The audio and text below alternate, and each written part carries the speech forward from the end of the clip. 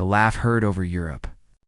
April 15, 1943, 25,000 feet above occupied Belgium. Frost creeps across the edges of Captain Werner Schreyer's cockpit canopy as his Focke-Wulf 190 slices through the thin, icy air. Below him, the earth is a patchwork of gray clouds and shattered countryside. Over the radio, laughter crackles, the kind of laugh only a confident hunter makes before the kill. "Look at them," Schreur says, his voice calm, almost amused. "The Americans are flying barrels." Ahead, a strange formation of aircraft climbs clumsily toward his group. Huge, round-nosed machines that look nothing like the elegant needle-shaped fighters of the Luftwaffe. Their engines are massive, their wings short and thick. They move as if the sky itself resists them. Schreyer's wingman snorts over the radio. They build trucks, not fighters. It's the first encounter between German aces and America's newest fighter, the Republic P-47 Thunderbolt. At first sight, it looks ridiculous, fat, heavy, and slow. To the veterans of the Luftwaffe, it's proof that Americans don't understand air combat. They call it die-fligent Milchflash, the flying milk bottle, but as the laughter fades into static, a strange sound cuts through the air.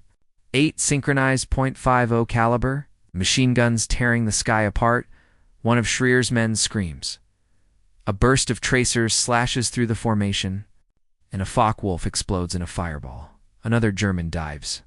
But the barrel behind him stays locked on, diving faster, heavier, unstoppable. Schreur watches stunned. Verdammt. What are these things? The laughter is gone. Only the thunder remains. For the German pilots of Ninneforthy, this was the day they learned a brutal truth. The Americans weren't here to dance in the sky. They were here to bury it under fire and steel. The beast in the sky. 2 weeks earlier, Farmingdale, New York. Inside the roaring assembly halls of Republic Aviation, the smell of oil, aluminum, and sweat hangs thick in the air. Workers, many of them women, stand shoulder to shoulder, riveting sheets of metal under a banner that reads, "Build Thunderbolts. Bring them home." The P-47 was never meant to be graceful. Its creator, Alexander Kartveli, a Georgian-born engineer with a vision ahead of his time, had been given a simple but impossible task by the U.S. Army Air Corps: build a fighter that can fly higher, hit harder, and take more punishment than anything in the sky. Kartveli didn't design a dancer. He built a Releller. At its heart was a monster. The Pratt & Whitney, or 2800 Double Wasp. An 18-cylinder radial engine the size of a small car, it produced over 2,000 horsepower. Enough to tear the wings off lesser aircraft, but it came with a price. The P-47 was enormous, weighing nearly 8 tons fully loaded to feed the beast. Kartveli added something revolutionary: a turbo supercharger system that funneled hot exhaust gases through a maze of ducts running down the belly of the plane, spinning a turbine that rammed pressurized air back into the engine. The result? At 30,000 feet, where German engines gasped for oxygen, the Thunderbolt was just hitting its stride. Still, when the first pilots saw it, they weren't impressed. "It looked like a bathtub with wings," one said, but the nickname Jug, short for Juggernaut. Stuck in early tests, Jug was sluggish to climb and clumsy in turns, and needed long runways and burned fuel like a bomber to most. It seemed like a failure waiting to happen, but the few who flew it into combat learned something extraordinary. When it was hit, it didn't die. One test pilot came back with holes you could crawl through in the wings. Oil sprang across the canopy. Yet the engine still growled, still pulled him home.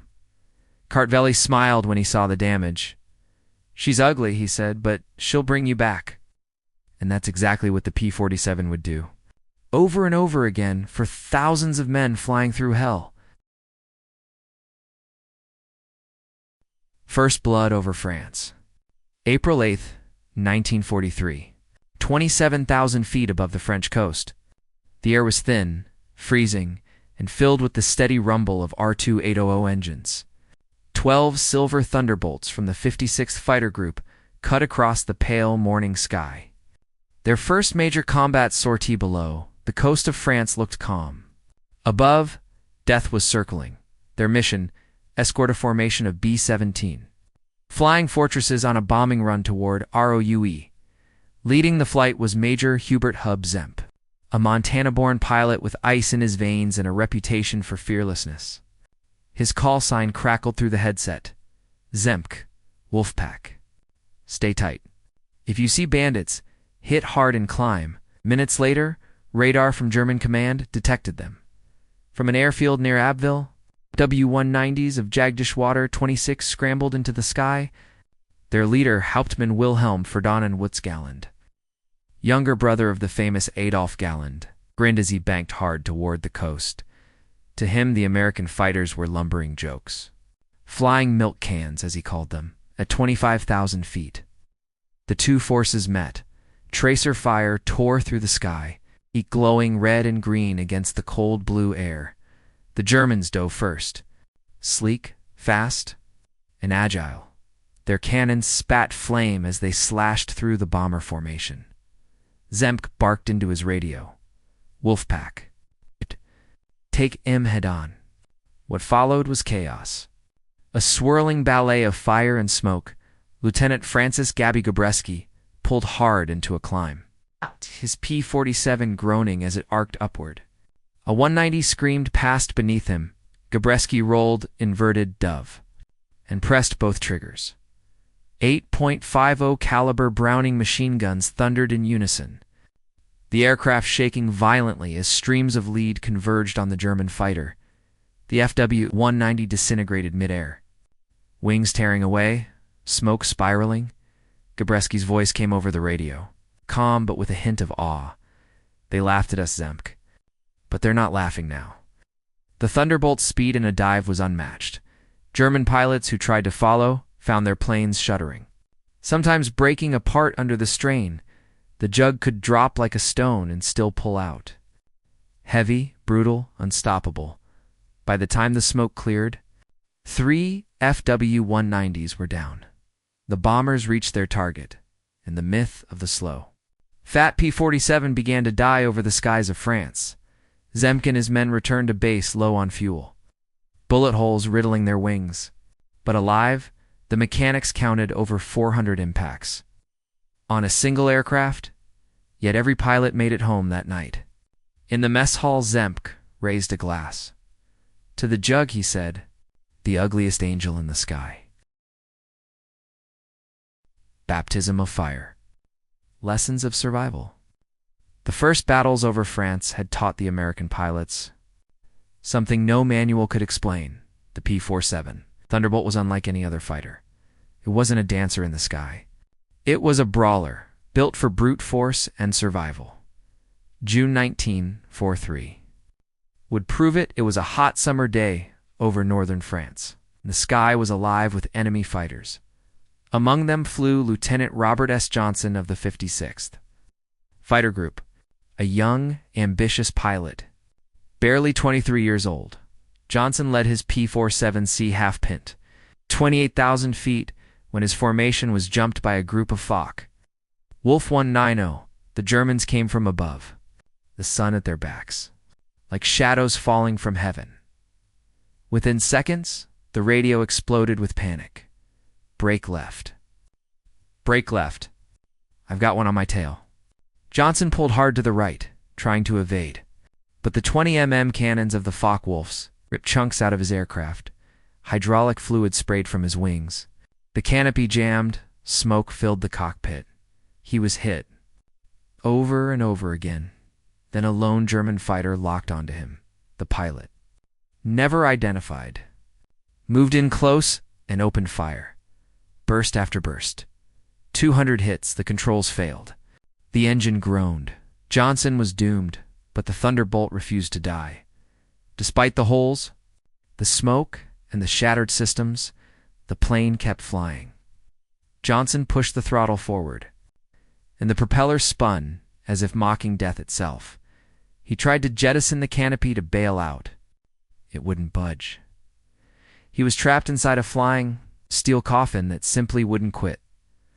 When the German pilot ran out of ammunition, he pulled up alongside Johnson's shattered P-47. He looked across at the young American. Still alive, still flying. Then, according to Johnson's later report, the German saluted, rolled his fighter, and flew away. Johnson made it back to England. With over 200 bullet holes in his aircraft, the P-47 had brought him home when no other fighter could have. When the mechanics inspected his plane, they were speechless. One of them whispered, "This thing isn't an airplane. It's a damn tank with wings." The story spread through every squadron like wildfire. From that day on, every pilot knew the P-47 might be heavy, ugly, and stubborn, but it was indestructible, and the Germans, who had laughed at it, were about to learn what it meant when 8 Brownings spoke at once. 8 guns speak. The rise of the Thunderbolt. By late summer 1943, the skies over Europe were no longer quiet. The Americans had learned how to use their monster, and the P-47 Thunderbolt was about to earn its terrifying nickname, Jug. Pilots joked that it looked like a milk jug with wings. But when those 8.50 caliber Browning machine guns fired together, the joke disappeared in smoke and fire. Each wing held 4 guns, each with 425 rounds. That meant over 3,400 bullets could be fired in one mission, enough to shred anything foolish enough to stand in its way. Engineers at Republic Aviation had perfected a deadly trick. The guns were harmonized so that all 8 streams of bullets converged at a single point, exactly 300 yards ahead of the aircraft. At that range, the combined firepower created a cone of destruction no more than 6 feet wide, a wall of lead that nothing in the air could survive. Veteran pilot Francis Gabreski remembered the first time he opened fire in combat. "You didn't just shoot at the enemy," he said later. "You erased him." 1 2-second burst meant 200 bullets ripping through aluminum and fuel lines, each round traveling at nearly 900 meters per second. The armor-piercing incendiary rounds earned at over 3,000 degrees, hot enough to melt through the skin of any fighter or bomber in existence.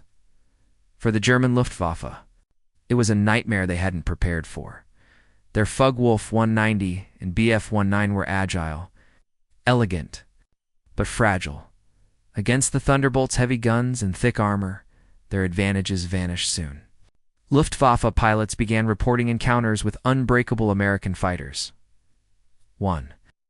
German ace described a P-47 diving from high altitude at nearly 500 miles per hour, spitting fire like a dragon. His last radio transmission before being shot down was short and panicked. Acting. Die Dicken Jiger Common. The fat fighters are coming. That was when the laughter stopped. American pilots developed a deadly rhythm: climb high, dive fast, fire once, and disappear. The P-47 couldn't turn with a German fighter, but it didn't have to. It ruled the sky through power, speed, and sheer mechanical fury. By autumn 1943, the Thunderbolt had transformed from an object of ridiculing to the most feared opponent over the Western Front. Every mission began with the same sound: the deep growl of Pratt & Whitney's R2800 engine, a sound that echoed through airfields from England to Italy as formations of Thunderbolts roared toward occupied Europe. German radar operators learned to recognize that sound instantly. They gave it a single, chilling name: Donnerschlag, the thunderclap. And for those beneath it, that thunder always meant one thing: death was coming from above. Climbing to the throne, Thunderbolt dominates the skies. January 1944 brought a quiet revolution in the cockpit of the Thunderbolt. The new paddle blade propeller turned the Jug into something even more terrifying, where before it had struggled to climb against the nimble Bf-109 it now matched, often outpaced the German fighters in vertical battles. The propeller itself was a marvel, over 6 feet long, each blade wider than a man's arm at the base. Mechanics joked that you could hide a Jeep behind it. And in many ways, that oversized fan embodied the spirit of the P-47: immense, indestructible, unstoppable. Pilots discovered that the P-47's true power lay not in finesse, but in high-altitude dominance. Up at 30,000 feet, German engines struggled, choking in the thin air. The Thunderbolt's turbo-supercharged R2800 roared effortlessly, ready to dive into battle at speeds approaching 500 miles per hour. Lieutenant Robert Johnson learned this lesson the hard way during a mission over Belgium. His aircraft was hit more than 200 times. Hydraulics failed, canopy jammed, fuselage riddled with holes, yet the P-47 stayed in the air, the German pilot staring at the wreckage that should have sent Johnson plummeting to the earth, saluted in disbelief, and flew away. This was the moment when the legend of the Thunderbolt began to cement itself. The Allies discovered that turning and climbing like a Bf-109 was pointless. Instead, they had to use the Jug's strengths, climb high, dive fast, and unleash hell from above. By the spring of 1944, German pilots began to whisper of a new kind of terror. The sky was no longer theirs. Every Thunderbolt in the air was a flying fortress, a machine of precision and power. Every mission pushed the Luftwaffe further into desperation. Thunderbolt pilots learned to exploit their aircraft's other secret, war emergency power. A mixture of water and methanol injected directly into the engine temporarily boosted output by 800 horsepower, turning the already formidable fighter into a rocket that could catch anything in the sky. The German airmen, who had once laughed at the milk jug, now found themselves facing the cold reality. This overweight, awkward-looking machine was faster, stronger, and deadlier than anything they had encountered, and with every dive, every burst of 8 synchronized 50 calibers, the Thunderbolt was writing the future of air combat. Not with elegance or speed, but with pure, unrelenting force. Thunder from above, the ground attack and psychological warfare. By mid-1944, the P-47's role began to shift. As long-range escorts like the P-51 Mustang took over bomber protection, the Thunderbolt found a new purpose: ground attack. Equipped with 2,500 pounds of bombs and a complement of high-explosive rockets, it could strike convoys, tanks, and supply columns with terrifying efficiency. A single formation of Thunderbolts could turn a German supply route into smoldering ruin in minutes. Pilots developed innovative tactics to increase effectiveness. Skip bombing became a signature move, where bombs would bounce off roads, rivers, or even rooftops to hit hidden targets. During training, American crews practiced by dropping flour-filled practice bombs on highways. Much to the surprise and dismay of unsuspecting drivers, the psychological impact was immense. German soldiers reported a condition they called Jabot fever, a near panic caused simply by the sound of approaching fighter bombers. Even the most seasoned units scattered at the first sign of a Thunderbolt. Field Marshal Erwin Rommel himself was caught off guard. Wounded when a P-47 strafed his staff car in July 1944, the Allies weren't just destroying equipment. They were destroying morale. Every flight left behind smoldering wreckage and a shaken enemy, turning the sky into a dominant psychological weapon. Production numbers magnified this effect. Over 15,600 P-47s rolled off the assembly lines. More than any other American fighter, factories operated around the clock, often staffed by women who had never seen a plane before Pearl Harbor. The Rosies of Indiana and Pennsylvania. They could assemble a complete P-47 in just 18 hours. Faster than the Germans could replace their lost aircraft. While Germany struggled to keep up, American pilots could fly with confidence, knowing that losses were temporary and replacements endless. For the Luftwaffe, the equation became brutal. Every pilot lost was irreplaceable. Every P-47 lost was fleeting. The Thunderbolt's 8.50 caliber machine guns, combined with bombs and rockets, didn't just destroy machines. They reshaped the battlefield itself, leaving an imprint on both material and mind. By the end of 1944, German forces were no longer just outgunned. They were outclassed and outmaneuvered by an aircraft that had begun the war as a joke. Air combat mastery. Thunderbolt dominates the Luftwaffe. By late 1944, the P-47 had fully proven itself in the skies over Europe. German pilots, who once mocked the flying bathtub, were now haunted by its presence. One of the defining moments came at 28,000 feet, where Luftwaffe engines struggled in the thin air. The Thunderbolt's turbo-supercharged engine thrived at altitude, allowing American pilots to dive at speeds nearing 500 miles per hour, faster than nearly any German fighter. Veterans like Captain Francis Gabreski described the lethal efficiency of its 8.50 caliber machine guns. When those guns hit, they didn't just bring planes down. They tore them apart in pieces. You didn't see the enemy coming. You saw him gone.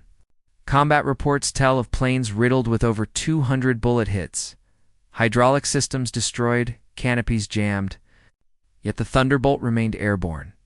German pilots, shocked by the resilience, sometimes flew alongside the wrecked aircraft, saluted in disbelief, and departed. The P-47's design was deceptively simple. Heavy, robust, built for survival. Pilots learned to avoid turning fights with lighter German fighters and instead use altitude and speed to their advantage. The Thunderbolt became a machine of industrial precision, turning tactical planning into mechanical dominance. By early 1945, the kill ratio was staggering. Over 3,700 German aircraft destroyed in air combat alone, with thousands more destroyed on the ground and in logistical columns. German morale had crumbled. Even seasoned veterans like Lieutenant Hans Philipp, with hundreds of missions under his belt, could not counter the relentless Thunderbolt assaults. Every sortie reinforced the lesson. The sky belonged to the Americans, and the Thunderbolt's roar was the herald of death. The Thunderbolt's legacy. More than just a fighter. As the war drew to a close in May 1945, the roar of engines slowly fell silent. But the legend of the P-47 Thunderbolt remained alive in the minds of those who had flown it. Over 15,600 P-47s had rolled off the production lines, more than any other American fighter. Factories ran day and night, staffed by thousands, many of them women. The iconic Rosie the Riveters, who built these massive machines faster than most European factories could manage. In Indiana, one team even set a record, a fully assembled Thunderbolt, in just 18 hours. The industrial scale of America's war effort ensured that every lost aircraft could be replaced within days. While German losses were permanent, compounded by a lack of trained pilots, the pilots themselves trusted the Thunderbolt implicitly. It could survive direct hits, engine failures, and heavy damage, yet still return its pilots safely. Stories of damaged planes landing with cylinders shot away, control cables held together by a single wire, and holes large enough to crawl through were common. After the war, the P-47 served in air forces around the world: France, Brazil, Mexico, Turkey. Its strength and reliability became a symbol of American ingenuity, a reminder that power and endurance often outweigh elegance in combat. Today, only a handful of Thunderbolts still fly. Yet, when one takes to the skies during a demonstration, the deep metallic roar echoes, bringing to life the very thunder that once dominated Europe. From a derided flying bathtub to a legendary weapon of war. The P-47's 8.50 caliber guns didn't just shred aircraft, they shattered arrogance, proving that in the skies, strength and resilience could conquer even the most skilled adversaries. The Thunderbolt spoke its message clearly. The sky belongs to the strong, the powerful, the relentless. The final thunder. The enduring legacy of the P-47. As the smoke of war cleared in May 1945, the skies over Europe were silent. But the legend of the P-47 Thunderbolt had already been written in the memory of pilots and soldiers alike. The last Thunderbolts rolled off the production lines in October 1945, bringing the total to over 15,600 aircraft, an unmatched feat for any single fighter type. In factories across the United States, thousands of workers, many women dubbed Rosie the Riveters, had labored tirelessly, assembling these complex machines at an astonishing pace. Each P-47 embodied American industrial might.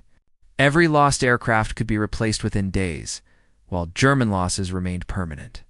This relentless production turned attrition into an advantage. Veteran pilots often recalled how the Thunderbolt saved their lives. Planes returned home with engines partially destroyed, control cables barely holding, and fuselages riddled with holes.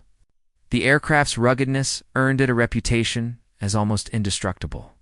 After the war, the P-47 found service worldwide: France, Brazil, Mexico, Turkey, symbolizing a combination of raw power, durability, and mass production mastery.